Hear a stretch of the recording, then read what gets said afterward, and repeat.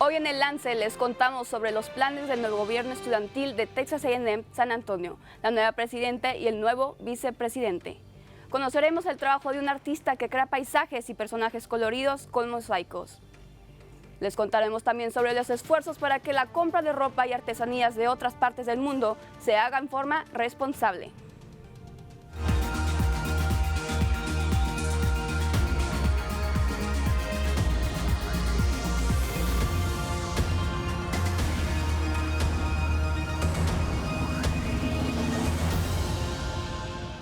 Muy buenas noches y bienvenidos a todos los que nos acompañan el día de hoy.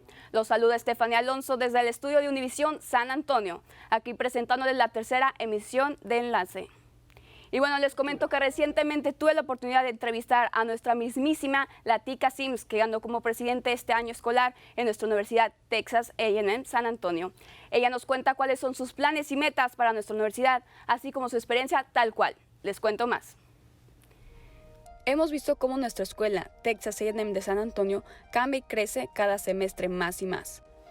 Nuestra nueva presidente Latika Sims y vicepresidente Martín Calderón de la asociación SGA, mejor llamada como Student Government Association, nos hablan sobre en qué consiste la asociación, así como los planes y cambios que planean hacer este año escolar. The focus isn't so much on events and fun programming per se, it's more focused on being active and making change. The Student Government Association, what we are the voice of the students. We also act as the liaison between the students and the administration here on campus. So if there's an issue that needs student representation, we sit on those committees. If, let's say that there's a huge student concern that X, Y, and Z need to be fixed in order for students to be happy, healthy, and good on campus, then that is what we bring up to the administration and we take the appropriate steps necessary to make that change. Latika y Martín hablan que más que planear eventos para los estudiantes, es más sobre el enfoque personal y cambios de la universidad. Martín dice que esta asociación es la voz de los estudiantes, donde la asociación se enfoca en escuchar lo que los estudiantes quieren y después tratar de hacer esos cambios. One of my big plans is to actually look more into our options for healthcare on campus. So a lot of students don't realize that the school already offers health insurance that you can purchase. I also plan to look into options as far as bringing some type of medical bus or some type of urgent care, something on campus. In the past, they did have a partnership where they'd have a bus come to campus every once in a while. Students can come, can get checked out, the whole 9 yards. And that's something I would like to have brought back. Uno de los cambios que Latika planea hacer es el cuidado de la salud para estudiantes, que se enfocaría en hacerles saber a estudiantes que ya existe un método en campus de comprar seguro médico, así también traer un camión médico donde los estudiantes podrían ir y checarse. Latika también comenta que es muy importante mantenernos al tanto de qué es lo que pasa en nuestra escuela y atender a los eventos que SGA hace, ya que es la manera de dar nuestra voz como estudiantes y decir qué cambios queremos ver en nuestra universidad como crecimiento en un futuro. Y bueno, ya que estamos en el tema de votaciones, nos encontramos en temporada de elecciones en San Antonio. Aunque no todas las regiones de la ciudad tienen el mismo nivel de participación, nuestra compañera Megan Mendoza nos trae un reporte sobre por qué mucha gente en el sur de la ciudad no ejerce el voto. Low voting rates on the south side of San Antonio have always been an issue with this part of the city, but what is the reason for such low numbers? Dr. Nicholas B. Creel, a lecturer of political science at Texas A&M University San Antonio, explains the probable causes for the low voter turnout in the south side. We might see in a general election 50% of people showing up to vote on election day. In Texas, we might be seeing closer to like 40, 45. Here in the south side of San Antonio, we might see it closer to the mid to low 30s.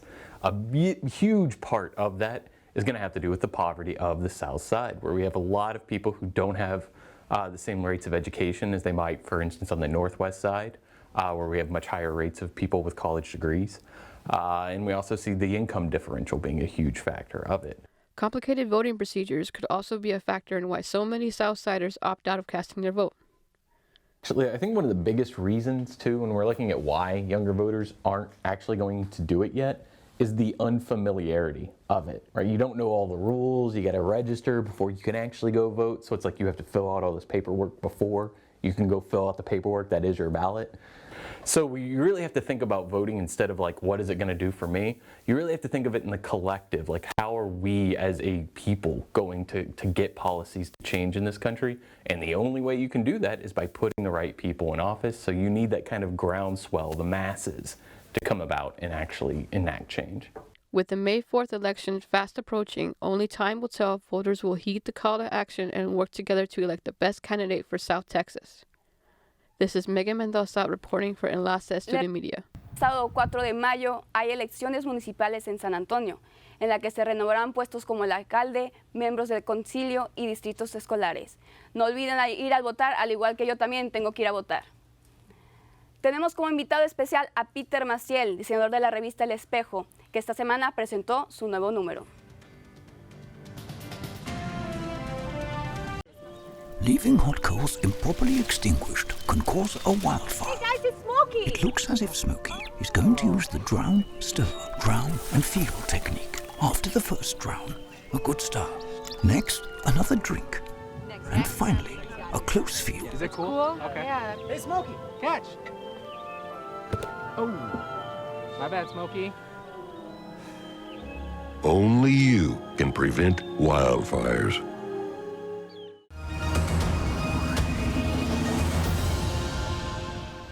Muy buenas tardes todos, soy Roberto Limón y muchas gracias por seguir viendo nuestro programa de Enlace. Continuamos con noticias de eventos escolares. El pasado domingo, otro evento exclusivo para la comunidad escolar llamado Be Bold, Be Brave fue una serie de monólogos presentados por estudiantes sobre momentos difíciles en los que necesitaron ser valientes. Temas como la depresión, la soledad y errores graciosos fueron compartidos con la audiencia. Los oradores fueron elegidos por profesores de comunicación y sus compañeros de clase. Los mejores oradores luego pasaron a las finales, en las que presentaron sus discursos sobre el escenario. Vamos a escuchar de algunos de ellos. A lot of our students have painful or brave or powerful stories that they've gone through, but a lot of times we come to campus, we have a lot of commuters, we may not know the guy or the gal next to us and what they've been through, so I thought this was a great opportunity for us to bring some of those stories to light. Esto es algo de que ha sido más de un mes porque esto fue de un proyecto de mi clase de comunicaciones y de ahí escogimos el mejor estudiante y mi maestra, Miss Meilinger, ella nos había dicho, escojan una historia que sea una vez que fueron valientes, una vez que fueron out there y así. Y pues yo estaba pensando, pues toda mi vida es así, ¿de qué escojo? Sin duda, el trabajo duro de los estudiantes causó mucha emoción. Felicidades. El pasado 28 de abril, nuestra universidad organizó el evento llamado Festival de Cascarones, en el que se dieron cita miembros de la comunidad. Aquí el reporte.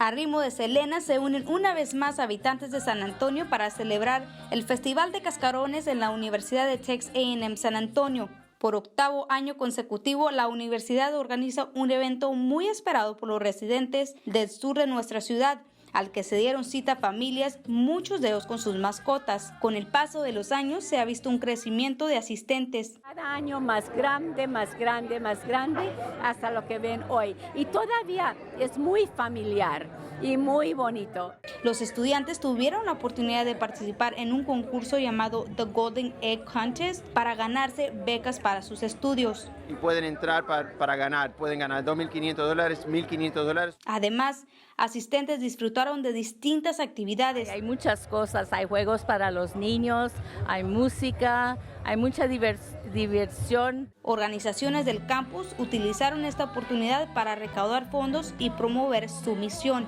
El Festival de Cascarones se ha convertido en el evento de clausura de la temporada de fiesta San Antonio 2019. Seila Valderas, Univision Media Lab.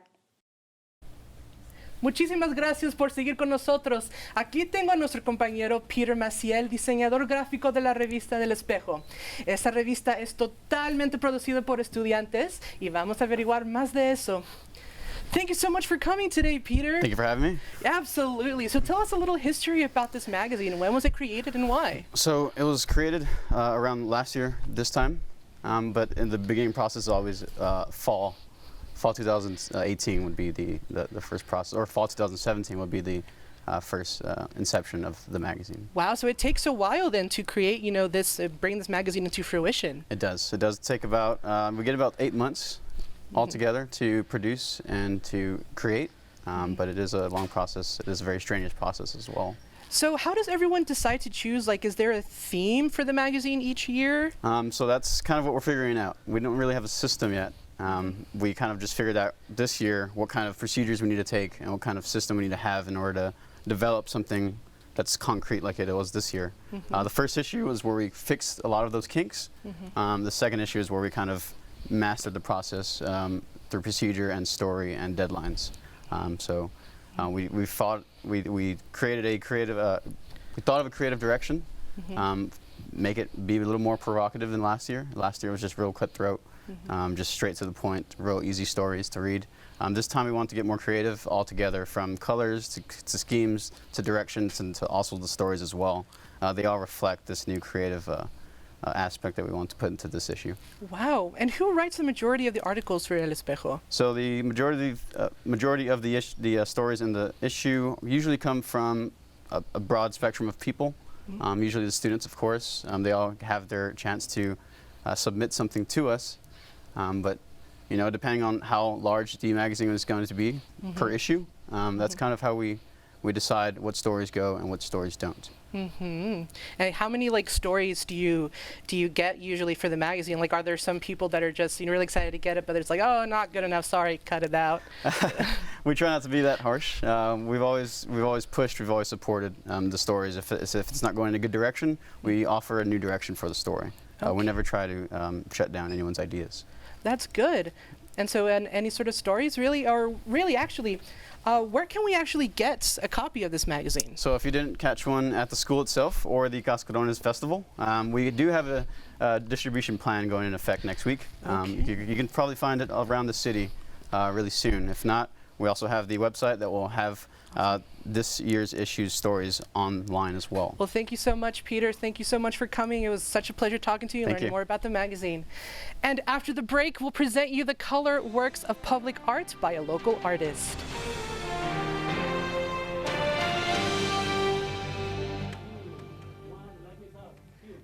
Hello, friends and family. Hola, amigos y familia. Estamos aquí en el control room. We're here in the control room where all the magic happens. The control, Cesar, wave at the camera, Moana. We also have Joel running prompter. Joel, ¿cómo te va? How are you doing? Hola, César. Estamos muy bien. Aquí estoy trabajando con César y Moana. Estoy controlando el prompter. Es algo espectacular, es algo fabuloso. Todo está yendo corrientemente y estamos más que felices por los resultados que vemos hasta ahorita. Bueno, gracias, Joel. No, por favor, don't mess up, because we need it, please. And then we also have the audio booth back here. If it wasn't for Rick and Megan back here, our ears would be bleeding. So let's say hi to them. Say hi, Megan, hi. Rick, Megan. How are you doing in here? I'm doing great. Great, Rick. We're good. She's doing a great job. That's good to hear. It's always a good thing to hear that our interns, I'm an intern, it's good to hear good news. Cesar, whenever you're ready, if you're ready to go back. All right, we'll be back after this. 3, 2.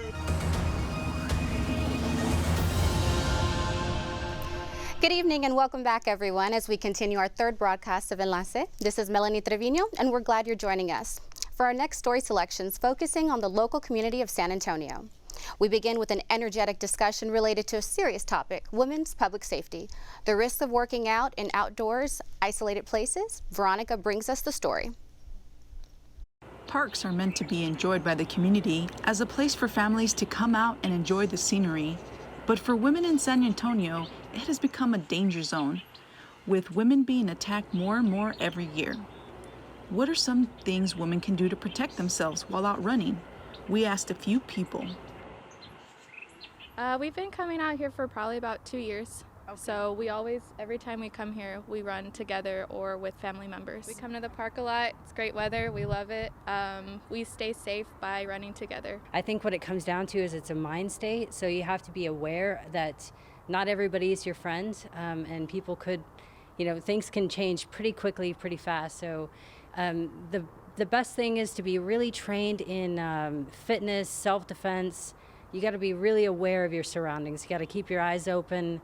And if something seems suspicious, just go back. Well, advice that I give young ladies as well as my daughters, so I very strongly emphasize to stay self-aware. Pay attention to your surroundings, always be alert. You can take self-defense classes to help protect yourself. Sports like martial arts and boxing are great ways to build strength, both physical and mental. We are teaching actual boxing, kickboxing techniques. So another thing that you're getting out of this workout is that self-confidence, that self-esteem. You're holding yourself a little higher. You start seeing results. You start feeling better about yourself. So you are learning the actual technique. So you have that in the back pocket if you ever need it. But what you're getting, what's more important, is that confidence. For Enlace, Veronica Martinez.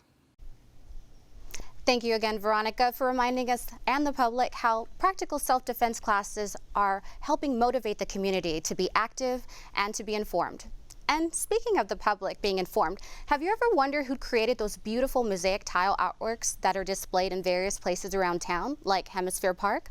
One local artist responsible for some of these vibrant contributions is revealed next. Parker Menchaca has all the colorful details. San Antonio is a colorful city with many examples of public art. Several artists have volunteered or have been tasked by city developers to use their mediums to bring life and a sense of culture to the streets and parks. Some pieces have even become landmarks of the skyline. Oscar Alvarado is a mosaic tile artist. Born and raised in San Antonio, he works out of his shop located in the heart of the South Side. My family has been here in San Antonio for over 280 years. My great-great-great-grandfather, Jose Antonio Navarro, and his uncle, Ruiz, were the only two native Texans who signed the Texas Declaration of Independence when we became independent from Mexico. And that's his legacy. So I decided that I was going to leave a legacy in something somewhat different way, but with equal pride in my city. I work real hard to make sure that the medium I'm working in, I'm working with the best materials that are available now, modern times. And concrete and steel could have a maintenance schedule of 100 years. It lasts a long time. In 100 years, in 200 years, this stuff will still be around. This is Mexican glass. Mastering the art of mosaics requires the use of multiple tools, techniques, and materials. You can use glass cutters on porcelain. If I was doing a mural like the one in the lobby of the Hilton, from a whole piece of tile I cut certain shapes. The favorite piece of the public is the Pantera Azul, the big blue panther that I created 3 years ago at the Hemisphere Park, Yanaguana Garden. My favorite piece is a series I did on Sasamora Road, some bus stops. One of them is a C5A. My father was hired at Kelly in '68 to be an airplane engine mechanic. The second one, that one is my mom and dad dancing in 1968, and it's right in front of what used to be a dance hall and is now a meat market. The third one is a '57 Chevy flying off into the moon. Take me to the moon. Llévame a la luna. Reporting for Enlace, this is Parker Menchaca. Wow, those were some wonderful visuals of Oscar Alvarado's work. We can thank Parker for helping solve the mystery around these amazing displays. There are many creative professionals here in San Antonio helping the city of San Antonio grow, and as a result, we are seeing just how diverse and numerous potential career options are becoming. Many students are exploring opportunities in local startups and even creating their own. Parker Menchaca and Joel Axel bring you more details. Throughout San Antonio's history, technology, innovation, and risk-taking have provided a foundation for the city. San Antonio is home to architectural wonders and has attracted the likes of several risk-takers over the years. The world has been undergoing a technological revolution. San Antonio is now home to think tanks like Geekdom. So a think tank is actually really just a group of people who are experts or specialists or people who have done it for a very long time, and they come together to collaborate on either political, economic, social, or community-focused problems and start coming up with ideas on how to improve things, and then maybe get other people to help them execute on those ideas.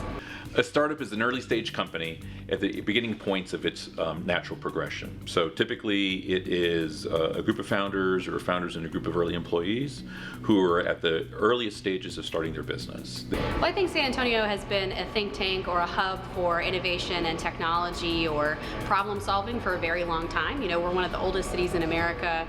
We are an international hub. We've got tons of really deep infrastructure markets, Department of Defense and Department of Energy, cybersecurity. People are literally on the cutting edge of technology and innovation, but perhaps it's been happening more quietly. But in the most recent years, probably in the last decade especially, we've seen a boom in entrepreneurship and startups coming onto the scene from a variety of backgrounds. Students in Startups is a geekdom program geared toward introducing young people to the startup scene. And this program actually connects students that are interested in working in early stage companies from any major, at any level here, at an undergraduate level here at San Antonio, to come and work with early stage startups here in San Antonio. And we're excited that this year we'll be placing about 90 interns at approximately 60 startup companies all over throughout San Antonio, from universities all over the United States. Reporting for Enlace, this is Parker Menchaca and Joel Axel. Thanks again to Parker and Joel for giving us that insight. When we come back, we will present to you a report on what people call a fashion revolution, an attempt to make people think before they buy.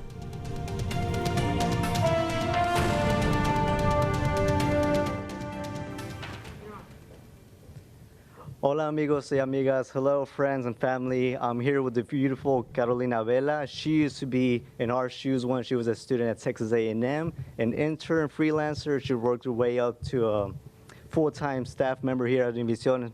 Please, dinos cómo lo hiciste. Bueno, yo empecé como estudiante de Texas A&M y definitivamente esta universidad me ayudó muchísimo para poder lograr mi sueño, que era ser una periodista.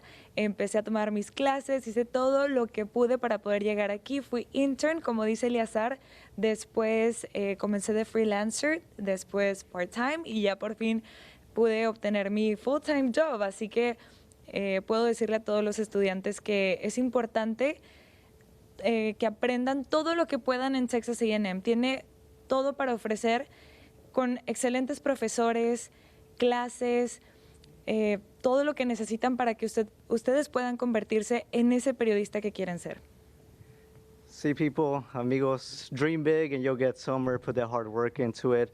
Y también, do you want to tell us interns now how, well, you've been mentoring us?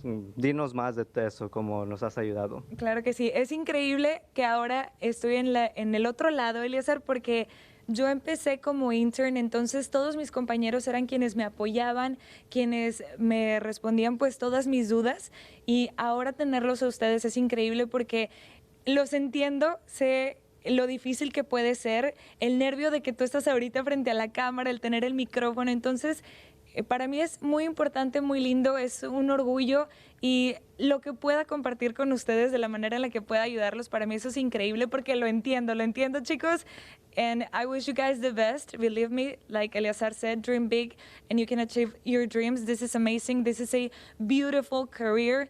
We are the filter to get to the community, to share the stories, so have the passion. You need to have the passion to be here. Y algo más que quieras darnos, algo, words of inspiration para, ya viene el fin del semestre, finals next week, you know, algo. Pues échenle muchísimas ganas, mucha suerte, échenle muchas ganas y hagan todo lo que puedan, sean creativos, no tengan límites, no tengan límites. Well, thank you, Carolina, y regresamos a ustedes con el estudio.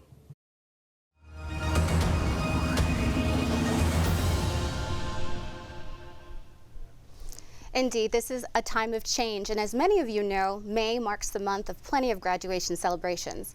But before these future grads walk the stage, some will face some unexpected emotional turmoil. Next, Eleazar Rodriguez reveals what soon-to-be graduates are experiencing. What's supposed to be a happy time for college graduates can also be nerve-wracking as they take the next step in their careers. According to a study done in 2016, only 2/3 of college graduates struggle to find a career after college. Dana Brown is graduating this spring and is excited, but still wonders what lies ahead. I hope to at least find something either after my internship's done with CPS that I'm doing, Hopefully I have some luck afterwards. I know some people say they find it within like 6 months, some people take years, so it just all depends. Karen Ivey is a Director of Careers and Services at Texas A&M San Antonio and has experience helping students with preparation for their career. 86% of people report that they got their job because of someone they knew. Now that provokes a lot of emotion for many students. One might be a high level of anxiety because maybe they don't feel like they know anyone in their field. If students are concerned about being the right candidate for the job they seek, Karen Ivey assures them that the May Center can help them. As we get closer to graduation, we want to help students really build their resume so that they are very competitive in the job market once they are graduating and maybe looking for that next step. Although students are anxious to graduate, they're enthusiastic about going in the real world. Raul Plata, a communications major, has been preparing for this moment and has a website that displays the work that he's done in school. I'm going to be as prepared as I can be once I'm done with my summer semester, and I just hope that all this that I've learned here and throughout my college career elsewhere is put to good use in a job that I like and a job that I hope to have in the future as well. As the semester comes to a close, the doors for a brighter future open for the new generation for workers. For Enlace, Eleazar Rodiles. Para concluir el programa les presentamos un reporte sobre los intentos para crear conciencia entre los compradores de moda y artesanías hechas a mano. Fair trade is all about improving and saving lives, but it's not about charity. There are no handouts in the fair trade movement. In so many countries, like Asia, Africa, and Latin America, the laws intended to protect workers are very weak. Some are simply not enforced at all. 10,000 Villages is the founding member of the World Fair Trade Federation. Our founder, Edna Ruth Beyer, she went to Puerto Rico 70 years ago, bought all the tapestries being made by the local ladies, brought it back to Pennsylvania, where our headquarters are still to this day, started selling them out of her trunk. And then now we have 40 stores in the country. San Antonio just has the honor of being the second largest store in the United States. Many consumers still wonder what fair trade actually is. The three basic pillars of fair trade is to prevent child labor, to ensure that fair wages are given to their workers, and to ensure their safe working conditions. Esta semana es considerada la revolución de moda. Es como para tener consciente a la gente de dónde viene su ropa, quién es lo que está haciendo, asegurándose que la ropa no está siendo haciendo por gente que es obligada a hacer ese trabajo. Como hace 6 años, mucha gente, más de 1,000 personas murieron en una fábrica en Bangladesh, donde fueron encerrados y forzar a hacer ropa, y durante ese tiempo hubo un fuego y un terremoto que mató a todas las personas. Along with fair wages and safe working conditions, fair trade aims to prevent child labor. But one local shop owner, like Tressa Castro, owner of Nativa, says there's another growing problem that exists. It's a dying art. That's what worries us. So we are empowering the women to gain be a good part of their community by getting good money for what they're doing, and that is in making the younger generation want to embroider and learn and stay in their communities and help their communities, because they're going to school and they're learning more about their culture, and they see how powerful it is that they can have the best of both worlds. Artisans aren't the only ones who feel great about their choices when they choose to participate with the World Fair Trade Organization. I feel better that I know I'm working in a store, in a company that is trying to help other people in other countries, and it's making a big difference in their lives. It's important to remember that your purchases affect the lives of many of those in the community. There are many organizations in San Antonio that practice fair trade, like 10,000 Villages and Nativa. The people of these organizations urge you to think about the people, the artisans, the craftsmen who create the clothing, the accessories, even the textile and home goods in your home. Are they fair trade? Think about it. You have a right to ask. This is Melanie Trevino for Enlace. Well, that's all we have for today, everyone. We'll see you next summer. Nos vemos en el verano. Muchísimas gracias por todo. Nos despedimos. Sí, muchas gracias por venir todos. See you in the summer. Thank you. Yeah.